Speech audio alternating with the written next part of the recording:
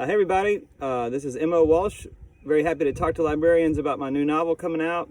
I'm coming to you here from my own little quarantine on about a 14-foot aluminum boat, a little lake, trying to catch some fish, not having too much luck. The libraries were so supportive of my first novel, My Sunshine Away. I just want to let you know a little bit about my new one. I started working on it really about 10 years ago. Actually, before I even wrote this one, I had the idea for this new book called The Big Door Prize. After I wrote My Sunshine Away, it was one of those things when, I don't know, sometimes writers are lucky enough that they have an idea that just never goes away and just keeps them kind of keeps, takes up residence, right, in some part of their mind. And that happened for me. So when I finished this book, I was obviously really thrilled with the way that people liked it, and made me feel good, made me sort of feel like, hey, maybe I can write something else I'm interested in. And so I sat down with this idea. The idea seems a little out there, or a little sci-fi-ish.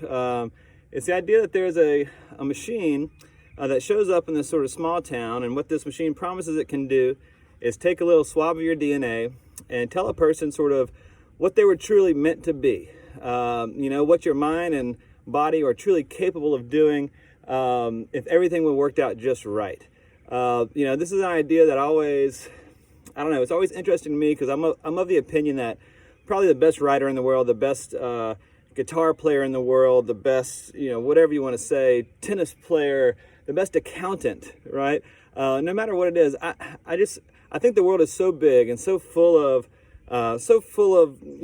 possibility that I think probably the best of everything is probably someone who's never even tried it, right? The best guitar player is probably someone who's never even thought to pick up a guitar. They just never had that possibility of that opportunity. And so this idea sort of spiraled into this book, where we meet a cast of characters in a little place called Deerfield, Louisiana, which is a made up town. But this machine shows up there and starts sort of messing with people. They're getting readouts that they never saw coming. They're getting people who previously thought their lives were nice and pretty happy are suddenly given a glimpse of a whole new reality for themselves that might be out there. And then there's people who always thought that they were meant to be something. Now, I know librarians understand that they've already met their true calling. I get it. But there are some people in the world who always feel like they were maybe destined for something else. And so they run across a machine like this and hope it's going to tell them what they've always thought they were, but they get something completely different, right? And so that sort of kicks it off, but I do want to say this is not really a sci-fi book at all. It's very much realistic Southern fiction once you understand this machine, that it's a part of this reality. It's a book that I hope is funny at times, that I hope is also suspenseful at times. It's got some dark elements like my first novel did.